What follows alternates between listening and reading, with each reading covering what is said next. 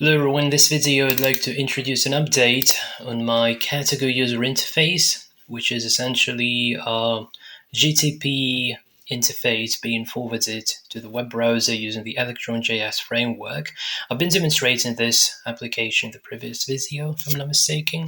So let me make it full screen, and for those who missed the previous video, I may quickly demonstrate what it's capable of. It's very basic, but the most gem point here is the design.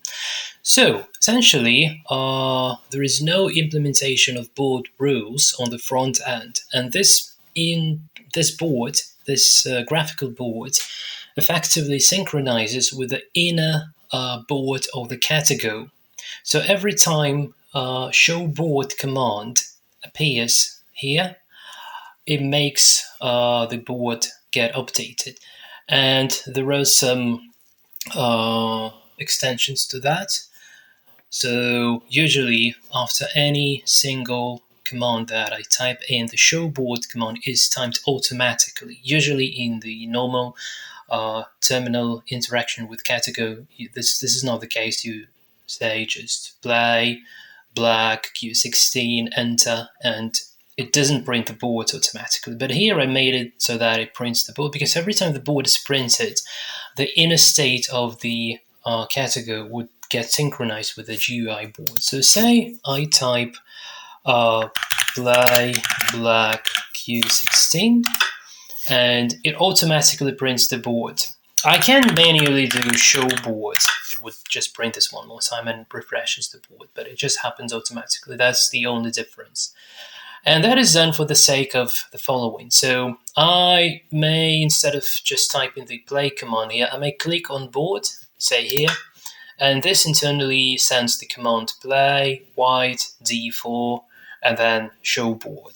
And the show board triggers here, and once we see the show board command output in the console, it gets synchronized with the graphical board. So basically, I just pass this string that contains the board and the moves, and it renders the GUI board. So when the capture happens, say, it's not the matter of tracking the connected groups like I did many times before, but it's just a matter of rendering, like passing this string output, and Katago already handles the captures and codes and all the stuff internally, also hashing the moves. So I don't need to do this on the front end. So this is very efficient leveraging of the Katago functionality, which I personally quite like.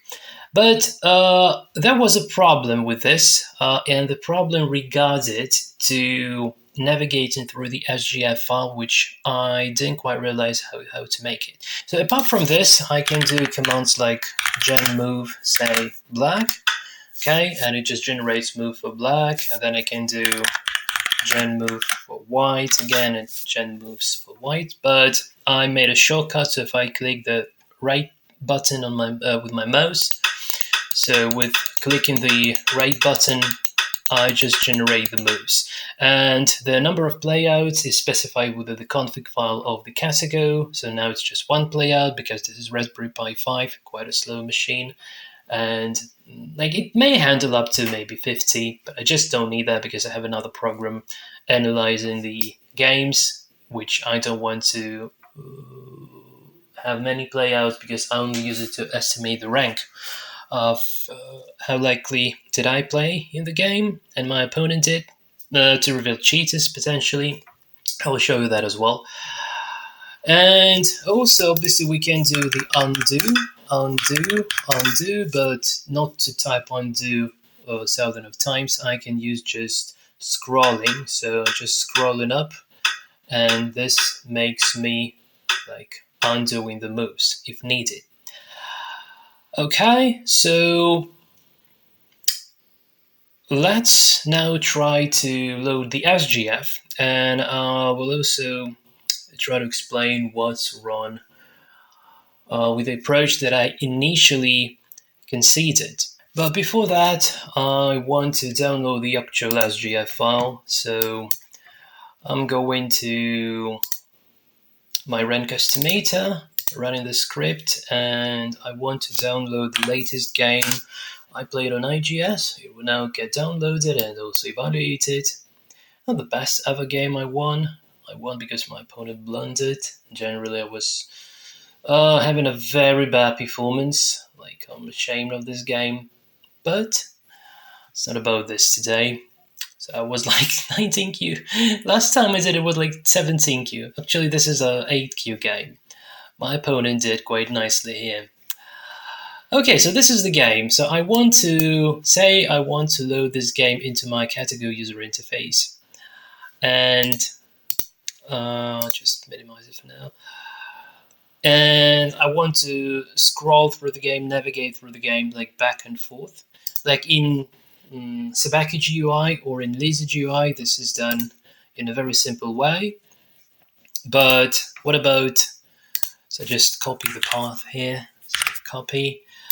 But with this application, it wasn't as trivial. So what I knew was the following. So there is, if you do the list commands, there would be one called load SGF. Let me try to find this. Where is the load SGF? It's somewhere in here. Load SGF. There is another way to, yeah, this is it, load SGF. Another way to check whether the command exists in Katago is to do known commands and load SGF.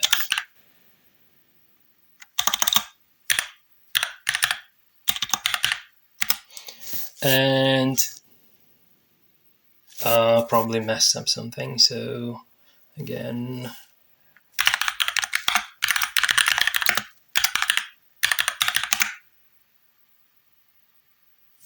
this is interesting.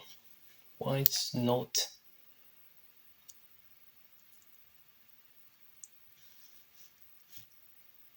Oh, no known command, not known commands. Known command load SGF, and it says true, which means it does exist. I probably need to remove the board outputs after this one. I have some exceptions to not bring the board after certain commands. Okay, doesn't matter now. So we can do load SGF and then bring the path and game SGF. And it loads to the very last move of the SGF. And here I like just if I try to, now current move is equal to 1 still, so if I try to move back and forth, it's not going to work. So how can I go to move 1? The original approach I considered earlier, I did automate this process and even try to shoot a video on that, but this failed due to, you will now understand why it failed. So if I do undo, and say I want move number 2, I need to do undo the number of times game land minus current move. Yeah, I mean for like the number of times, yeah, from the game land, then undo until the variable tracker would be equal to the current move. Say for I equals to the game length, say 30 moves, 300 moves, the condition is like I is greater than current move and I minus minus. So that's the for loop. And within this for loop, send the undo command to the GTP engine. And this would trigger like, I don't know, 300 undo commands to go to move 1, 299 undo commands to go to move 2, 298 undo commands to go to the move 3, and so on. So this is very weird. And this even did work if I was using, like, if I wasn't recording the video, this did work quite nicely without lags or something. But with video recording, this stopped lagging and I couldn't show the working solution. I literally could show the messed up solution. And that wasn't good. But recently, essentially today, I was digging into Katago source code for a while because I'm currently training my very own Katago network at home. I'll probably make a separate video on that. Maybe that would be even a series-like thing. But the trick is that I was deeply into Katago source code, and I noticed that lots of SGF loading stuff is used there because you may try to turn the actual SGF files into the training data, and instead of training Katago on self-play, you may train it on user play data. And I even tried that, but assuming the miserable amount of games, only 2,000 or something, and assuming I don't have GPU and like literally the CPU training and other various reasons related to being short in hardware. That didn't work quite nicely in terms of result, but I did manage to do that, which was quite satisfying. So when I started digging into Katago source code, I did realize that essentially, I started realizing how the source code of Katago works, and I started making assumptions that there should be a kind of a functionality. So after all this digging into the source code, I suddenly assumed that, hold on a sec, what do I need in order to do what?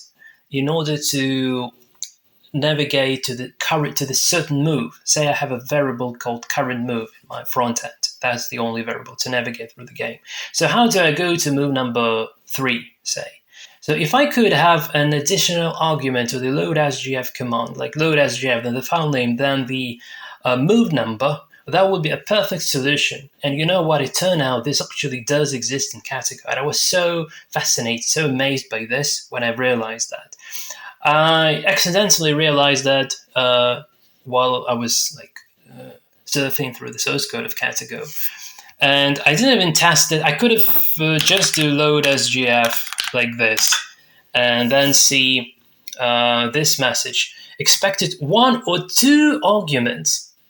I never saw this says like expected 1 or 2 arguments for load SGF. Argument 1 is crystal clear. This is like the file name, yeah. But argument 2, what could that be? And I looked at the source code. I didn't see this message. I started looking at the source code. And then I realized, oh my goodness, that argument number 2 is the move to load the SGF up to. Say, load SGF up to move 1, move 2, move 3, whatever. And I realized this is the exact functionality that I need. So with this in mind, we can do the following. We can do load SGF, and then game.sgf, and then move 1.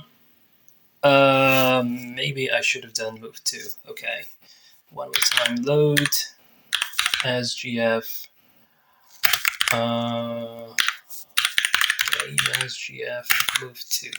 Let me just move 2. Okay, move 3. Move 4, looks like move 5, looks like scrolling through the game, yeah? Then I can undo, yeah? Looks like scrolling through the game, but obviously you don't want to make this by typing commands. So I've binded, so I have the variable called current move, and I've binded that variable to send in, I've binded the variable so that I could send the variable current move after the file name as the second argument. And I binded this to mouse scroll event. And eventually, I've already loaded this, I can scroll back and forth. So, yeah. It might happen that current move counter it may not go beyond 0, but it may go beyond the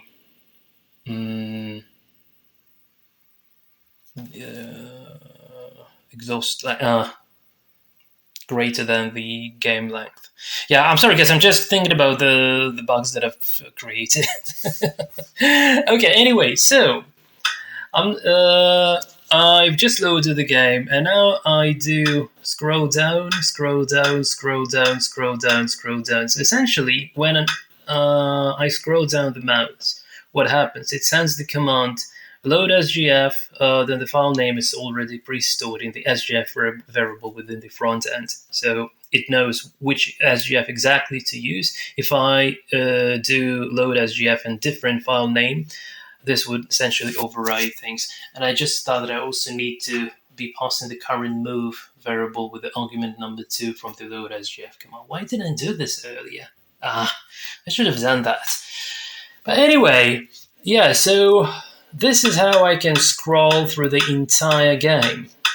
And it looks really cool. It's not lagging even when I record a video here. Yeah, obviously, scrolling back and forth.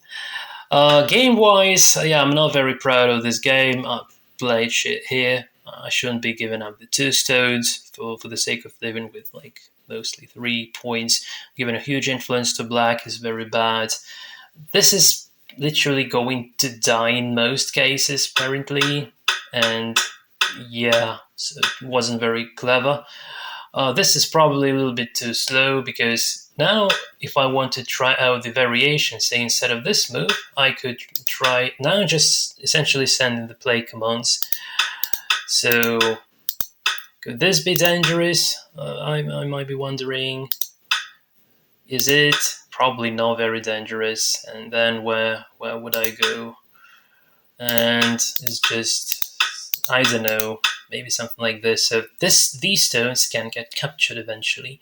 So now say I want to go back to the main line. So I just keep scrolling down because what I did with the type command doesn't count, because after I scroll mouse down, it just automatically cleans the board internally and loads the SGF to the current move again. And all this happens within the Katago itself, so I don't need to re-implement any navigation logic on the front end. So everything happens entirely within the Katago. This is amazing, really.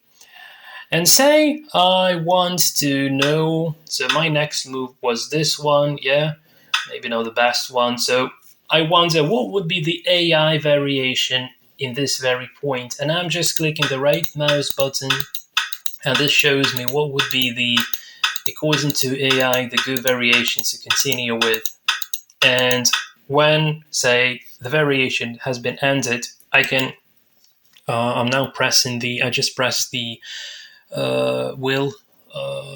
the middle button of my mouse, and it internally runs the estimate score command, essentially final score command. It now makes a play out to the very end, and it shows that here, with a perfect play of Katago for both sides, the result would be black plus 9.5, which means that for white, for me, it's not very good. I'm losing the game, essentially losing the game. But in the game, again, I'm scrolling down, so this was the actual move I made. So Katago suggested approaching, if I'm not mistaken, yeah. But I played this way. This wasn't as clever. And then I decided to die with a corner for some unknown reason after this move. Yeah, I'm just dead. I don't know how did I read this life and death, because obviously I just get killed with this move. But surprisingly, I managed to win this game. So at this point, again, I could just run the final score command manually, or I can press the middle button of my mouse, and the result would be similar. It outputs the result in the console, but it also makes this alert window. Yeah, now the fan in my Raspberry Pi starts working much faster, and it's going to fly above the table now. Yeah, okay, black plus 27, so I'm doing very miserably here, like losing almost 30 points, so yeah, playing very badly over in here. However, yeah, it just also prints. Yeah, I made that exception, so when it comes to printing the score, it doesn't print the board, which is good. Anyway, yeah, already probably forgot. Okay, what did I want? I need to put some to-dos when I'm recording the video here. I wanted to make passing arguments, current move when it comes to load SGF, potentially. Yeah, okay, anyway. So, yeah. So I'm cutting here, and it's very hard to live over in here because it may just play somewhere in this area surround me, and I don't have enough space to make 2 eyes. But I understand that I'm losing the game. I don't particularly have any choice here. So I've considered this trick, which eventually worked. So you see, like, my group is going to die and there is no particular way to save it. However, I managed to make some trick, starting with this cut. So I just cut here, and he defends. And then the next move is a tarry. And here, what I thought he would do, I thought he would take this one. I have the center move, he defends. And then maybe somehow trying to, I don't know, this way I probably just die. Yeah, I'm just dying this way. Then what? It's not very clear how to live in there. But that was my plan. So that was my plan. But he blundered here. You see, he plays this one. And next move, obviously, I just capture his stones. I imagine how disappointed he was at this point. Yeah. So let's see the AI variation. So over in here, again, so just middle mouse button click to see the evaluation for this one. This should be quite miserable already. The white corner is that. So this is black's territory now. I would later kill this entire thing and win the game. Yeah, black plus 32. This is very miserable score for me, for whites. So right clicking now to see the AI variation.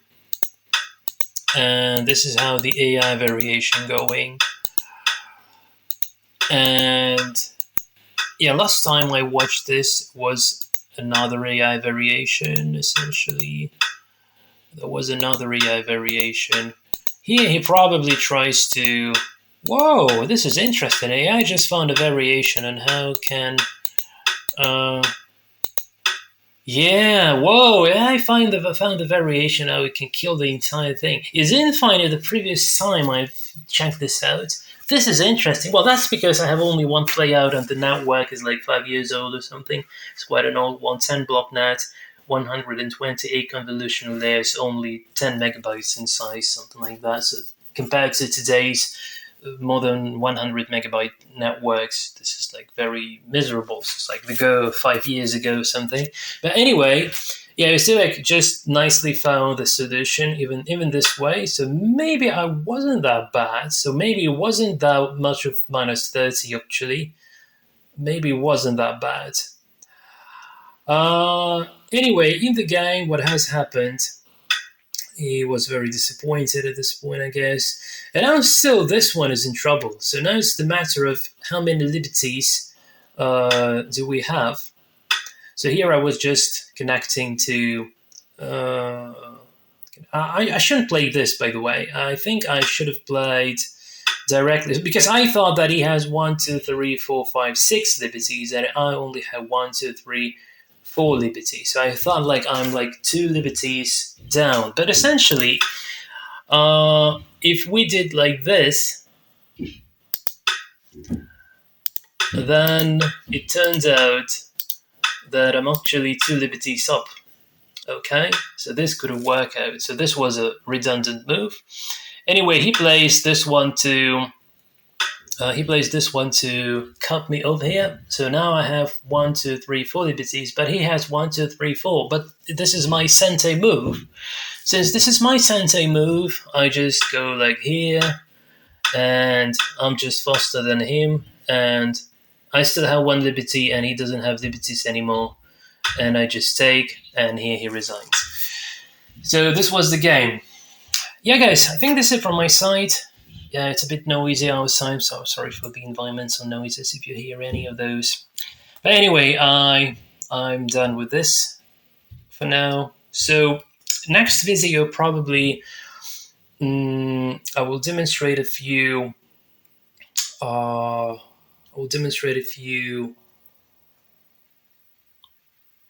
Things, I don't know, maybe checkpoints for the neural networks that has been trained using Katago self-play engine and the entire pipeline, and I'll maybe try to briefly describe that.